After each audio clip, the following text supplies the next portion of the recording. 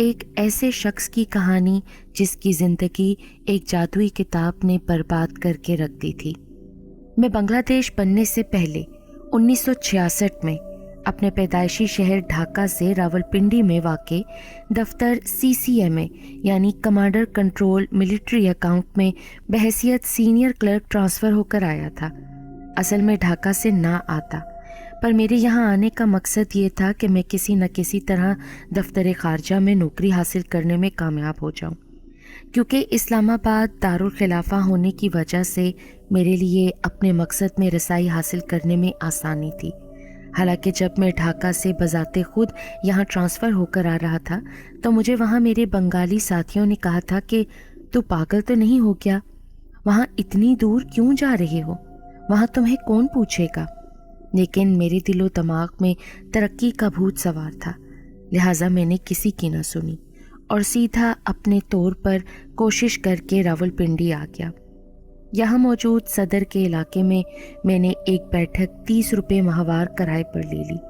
نہانے اور رفع حاجت کے لیے اس بیٹھک سے ملحقہ 2 چھوٹی چھوٹی کوٹھڑیاں قسم کی چھوٹے سے کمرے یا کمریاں سی تھیں۔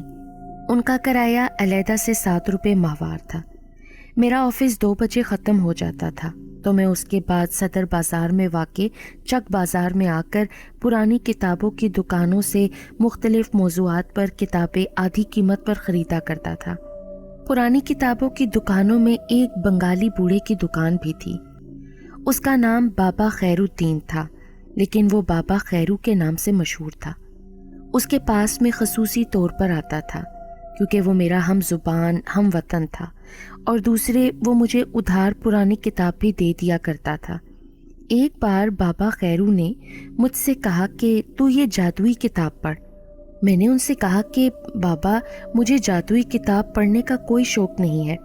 اس پر بابا خیر الدین کہنے لگا، ارے تو پڑھ تو صحیح، تجھے بہت مزہ آئے گا، اور ہاں مزہ نہ آیا تو پیسے واپس۔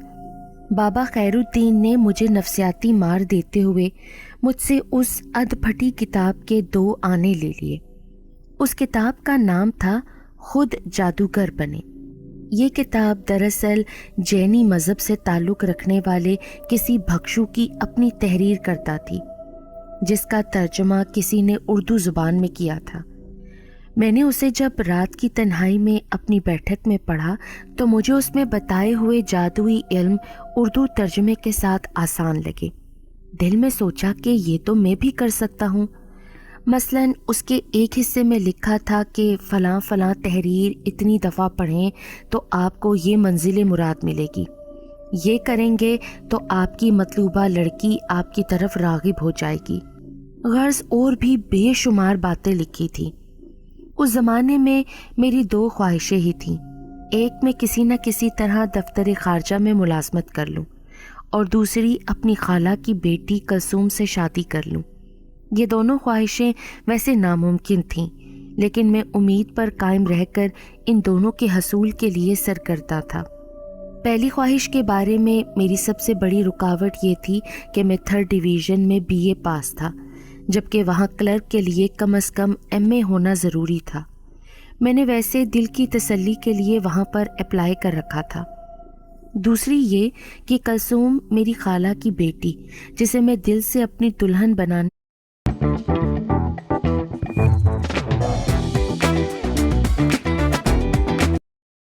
کے خواب دیکھا کرتا تھا۔ وہ لوگ بہت زیادہ دولت مند تھے۔ وہ ہمارے جیسے لوگوں اور ہمارے خاندان کو غربت کی وجہ سے زیادہ پسند نہیں کرتے تھے، اور وہ مجھ سے کہیں زیادہ خوبصورت تھی۔ میرا اس کے ساتھ کسی لحاظ سے بھی جوڑ نہیں بنتا تھا۔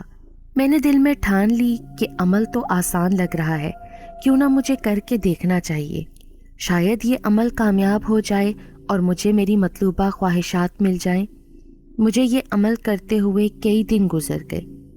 ایک دن جب میں نے اس کتاب میں لکھے ہوئے جادوئی عمل کو کیا تو مجھے اس رات کے دوسرے پہر اپنے بستر میں ایسا محسوس ہوا کہ جیسے وہ ہلا ہو۔ پہلے تو میں سمجھا کہ کوئی زلزلے کا جھٹکا ہے، لیکن بعد میں پھر سے ایسا ہوا۔ میں گھبرا کر اپنے پلنگ سے اٹھا۔ میں نے فوراً 2 گلاس پانی پیے۔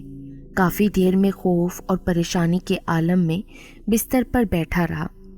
اس وقت میرے اعصاب پر اتنا خوف طاری تھا کہ مجھے اس وقت تیز پیشاب کی حاجت محسوس ہوئی، لیکن باتھ روم تک جانے کی میں ہمت نہیں کر پا رہا تھا۔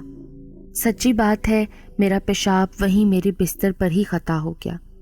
میں صبح کا بے چینی سے انتظار کرنے لگا، لیکن بدقسمتی سے رات بڑی طویل اور سیاہ تھی۔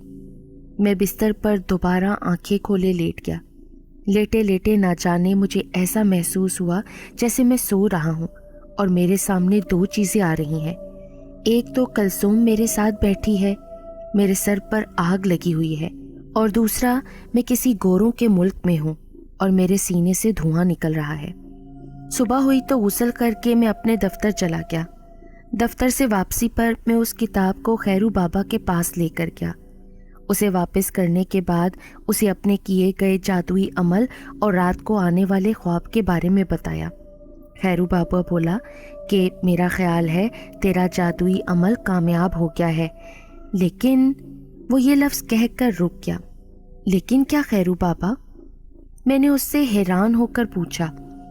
اس نے میرے سوال کی وضاحت کرتے ہوئے کہا، یہ تو نے سر پر آگ اور سینے میں اٹھتا دھواں دیکھا ہے نا، یہ کوئی اچھا شگون نہیں ہے۔ میں وقتی طور پر پریشان ہو گیا، پھر وقت آہستہ آہستہ اپنی مخصوص رفتار سے گزرنے لگا۔ ایک دن میں دفتر سے چھٹی کر کے اپنی بیٹھک پہنچا تو وہاں مجھے ایک سرکاری خط کا لفافہ ملا۔ میں نے اسے چاک کیا تو اس میں دفتر خارجہ سے آیا ہوا کال لیٹر تھا۔ میں نے دراصل کچھ عرصے پہلے وہاں اپنی قابلیت سے کم پوسٹ اسٹور کیپر کے لیے اپلائی کیا ہوا تھا۔ میں وہاں گیا تو نہ جانے کیسے خلاف توقع میری وہاں بحیثیت اسٹور کیپر تقرری ہو گئی۔ میں خود بھی اپنی اس کامیابی پر حیران ہوا۔ پھر میں نے وہاں خوب چاپلوسی کی۔ اس کا نتیجہ یہ ہوا کہ مجھے 2 سال بعد بحیثیت کلرک ترقی دے دی گئی اور آؤٹ آف ٹرن برطانیہ سفارت خانے میں 4 سال کے لیے بھیج دیا گیا۔ میں بہت خوش ہوا۔ اب میری پہلی خواہش پوری ہو گئی تھی۔ لندن آ کر میں نے مزید ترقی کے لیے اپنی کوششیں تیز کر دیں۔ ترقی کے لیے متعلقہ کتب کا خوب مطالعہ کیا۔ اس دوران یہ ہوا کہ جب میری خالہ نے یہ محسوس کیا کہ اب میرا معیار زندگی کسی اچھے مقام پر پہنچ گیا ہے تو انہوں نے مجھ پر اپنی بیٹی کلثوم کی شادی کے لیے رال ٹپکانا شروع کر دی۔ میں چونکہ خود اس کو بے حد پسند کرتا تھا، لہٰذا میں نے بھی فوراً ہاں کر دی۔ میری شادی کلثوم سے ہو گئی اور میں کلثوم کو لندن لے آیا۔ اب کلثوم کی سنیے۔ وہ بظاہر مجھ سے بہت محبت کرنے والی تھی، مجھ پر جان چھڑکنے والی بیوی تھی، لیکن میں اس کے اندر چھپی اپنی منفی حیثیت اور نفرت کے پہلو کو ہرگز نہ سمجھ سکا تھا۔ ہوا یوں کہ ایک بار میں معمول سے ہٹ کر جب اپنے فلیٹ پر پہنچا تو وہاں میں نے یہ دیکھا کہ ایک خوبصورت ایشیائی نوجوان وہ میرے فلیٹ سے عالم گھبراہٹ میں نکل رہا تھا۔ اس نے مجھے نہیں دیکھا، لیکن میں نے اسے دیکھ لیا تھا۔ میں جب گھر پہنچا تو مجھے دیکھ کر میری بیوی کلثوم چونک گئی۔ میں نے اس سے انجان بن کر پوچھا کہ کیا بات ہے کلثوم، تم تھوڑا پریشان دکھائی دے رہی ہو۔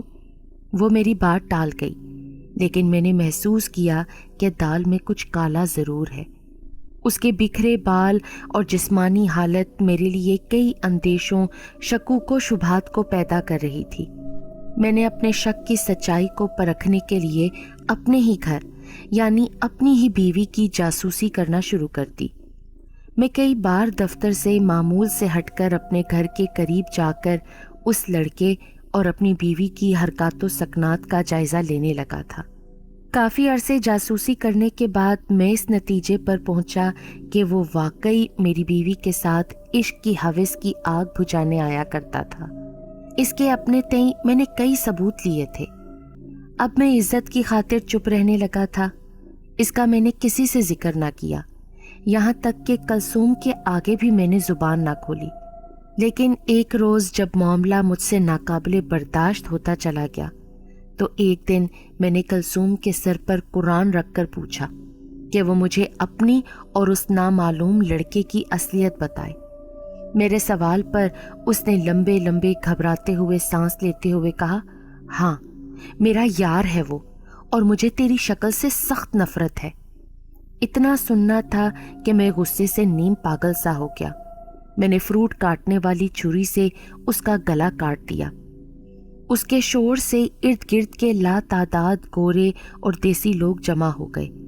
انہوں نے مجھے پولیس کے حوالے کر دیا اور زخمی کلثوم کو وہ ہسپتال لے گئے۔ وہاں بروقت اور اچھا علاج ملنے پر کلثوم کی جان بچ گئی، لیکن یہ انکشاف ہوا کہ وہ امید سے ہے۔ مجھے معلوم تھا کہ اس بچے کا باپ کون ہے۔ میں نے جیل کے اندر ہی سے اس کو طلاق نامہ بھیج دیا۔ مجھے کلثوم کو جان سے مارنے، حملہ کرنے کے جرم میں برطانوی قانون کے تحت 10 سال قید ہوئی۔ نیز پاکستانی حکومت نے مجھے فورن ایکٹ کی خلاف ورزی کے جرم کی پاداش میں نوکری سے فارغ کر دیا۔ الغرض میرا سب کچھ برباد ہو گیا، یعنی بیوی، نوکری اور اچھے مستقبل سے ہاتھ دھونے پڑے۔ خیرو بابا کی کہی ہوئی بات سچ ثابت ہوئی تھی۔ میرا جادوئی عمل تو کامیاب ہو گیا تھا، لیکن خواب میں دیکھے جانے والی بدشگونی بھی 100% سچ ثابت ہوئی تھی۔ میں ساری زندگی پچھتاتا رہا کہ کاش میں بنگالی خیرو بابا سے لی گئی جادوئی کتاب کبھی نہ پڑھتا۔